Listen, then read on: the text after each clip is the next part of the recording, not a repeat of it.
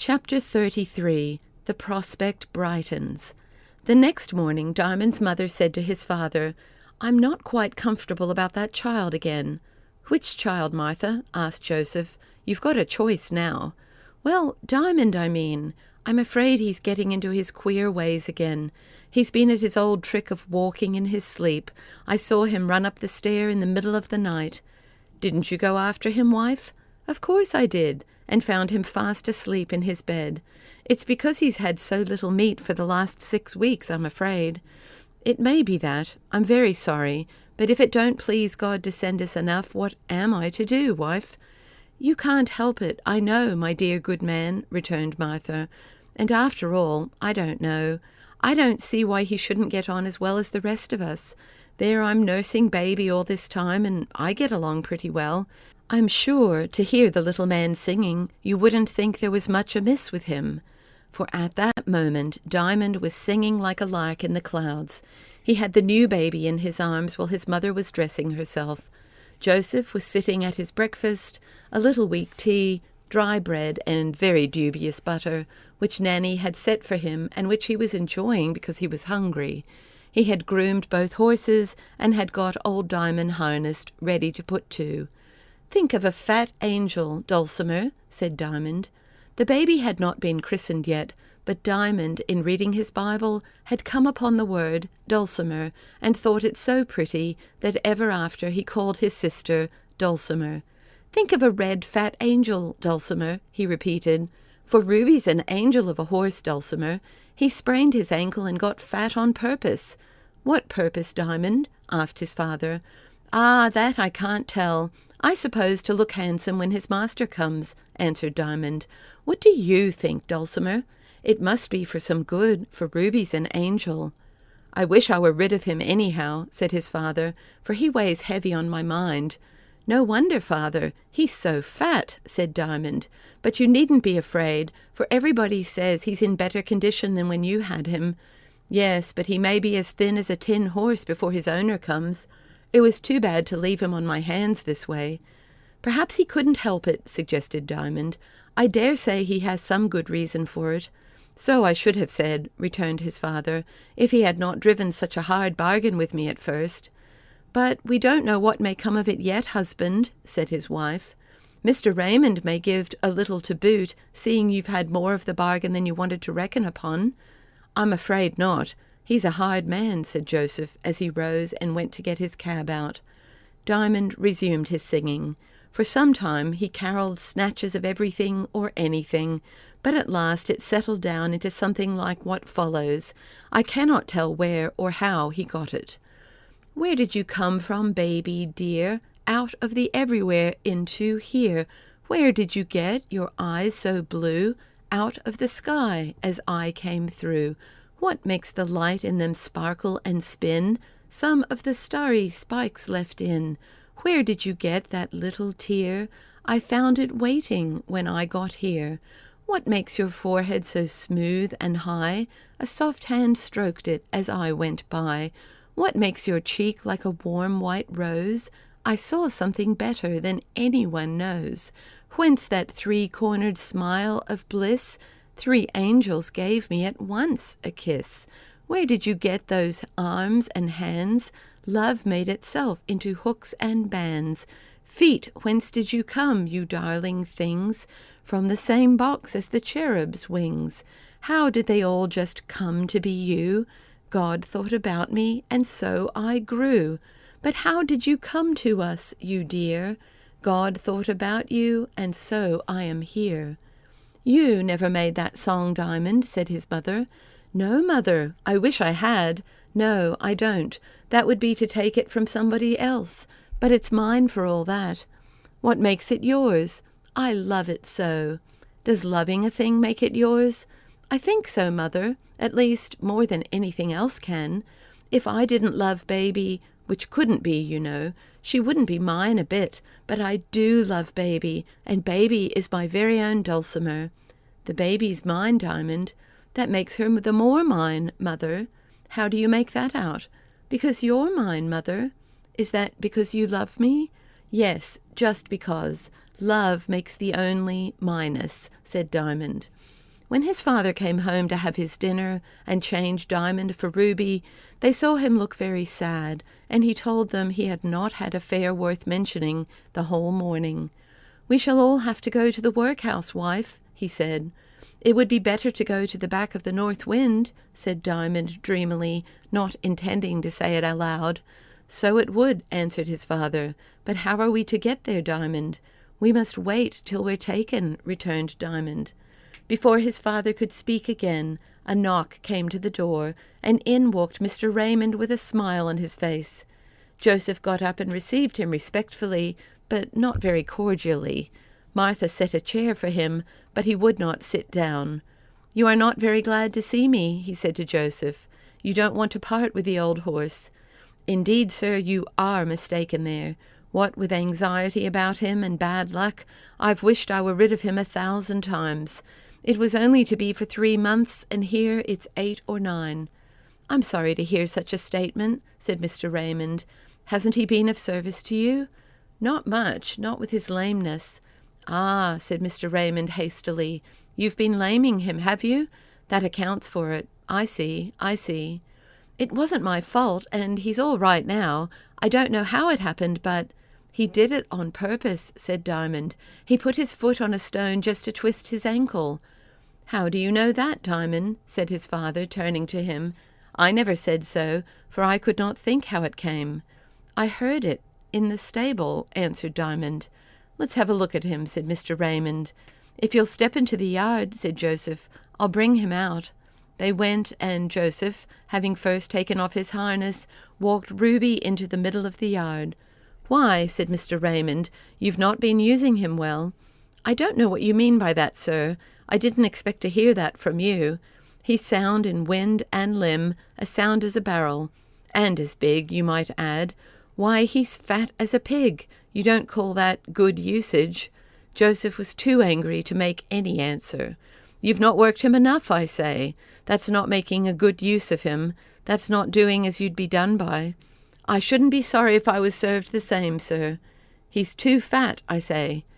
"There was a whole month I couldn't work him at all, and he did nothing but eat his head off. He's an awful eater.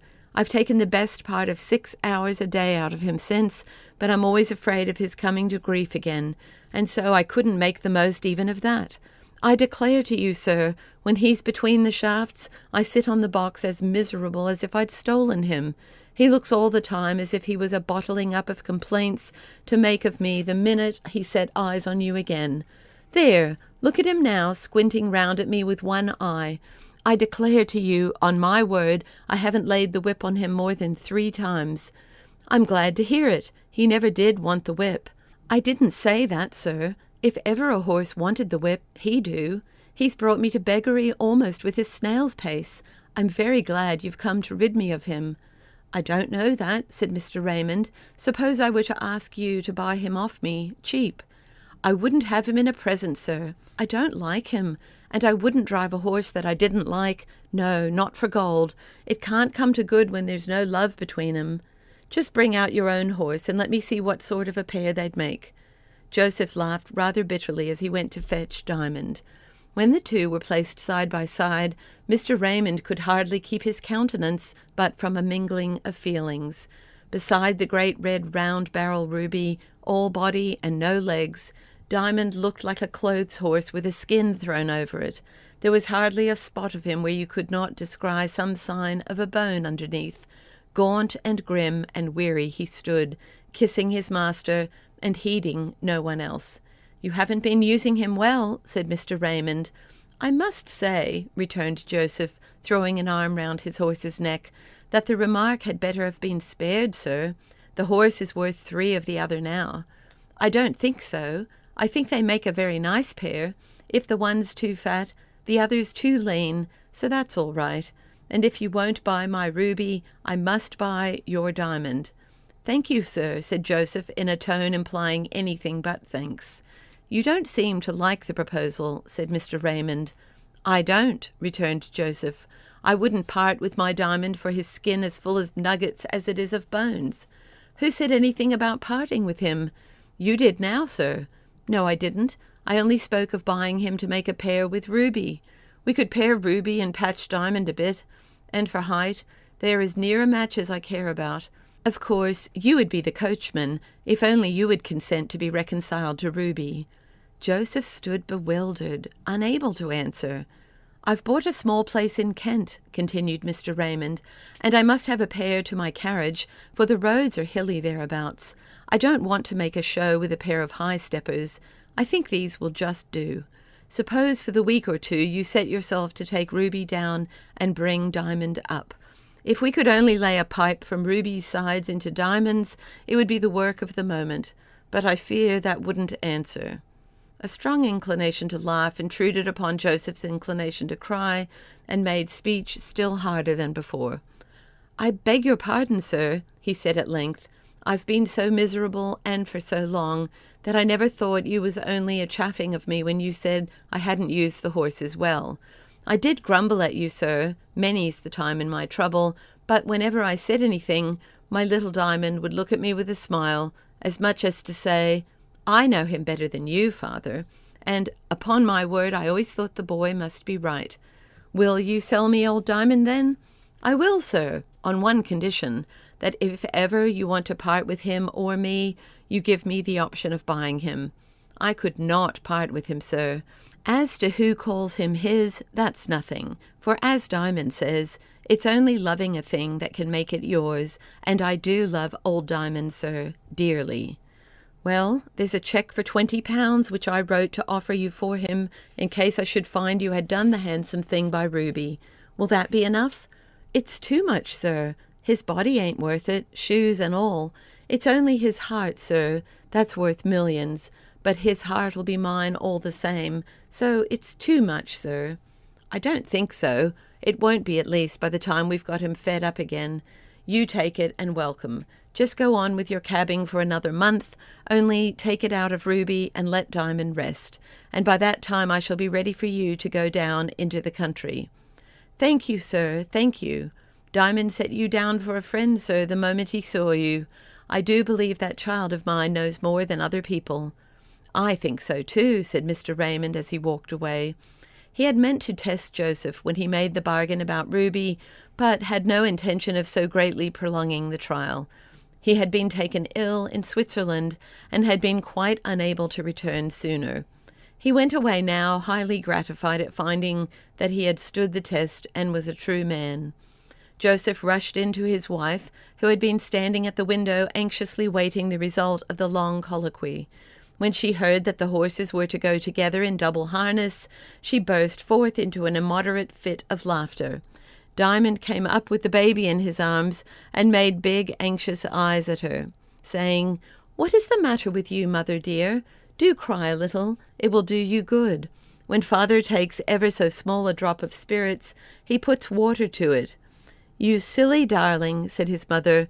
"How could I but laugh at the notion of that great fat Ruby going side by side with our poor old Diamond?" "But why not, mother? With a month's oats and nothing to do, Diamond will be nearer Ruby's size than you will father's. I think it's very good for different sorts to go together. Now Ruby will have a chance of teaching Diamond better manners." "How dare you say such a thing, Diamond?" said his father angrily. "To compare the two for manners, there's no comparison possible. Our Diamond's a gentleman." "I don't mean to say he isn't, father, for I dare say some gentlemen judge their neighbours unjustly. That's all I mean. Diamond shouldn't have thought such bad things of Ruby. He didn't try to make the best of him." "How do you know that, pray? I heard them talking about it one night." "Who?" "Why, Diamond and Ruby. Ruby's an angel." Joseph stared and said no more. For all his new gladness, he was very gloomy as he re-harnessed the angel, for he thought his darling Diamond was going out of his mind. He could not help thinking rather differently, however, when he found the change that had come over Ruby. Considering his fat, he exerted himself amazingly and got over the ground with incredible speed. So willing, even anxious, was he to go now, that Joseph had to hold him quite tight. Then, as he laughed at his own fancies, a new fear came upon him lest the horse should break his wind, and Mr. Raymond have good cause to think he had not been using him well. He might even suppose that he had taken advantage of his new instructions to let out upon the horse some of his pent-up dislike, whereas in truth it had so utterly vanished that he felt as if Ruby, too, had been his friend all the time.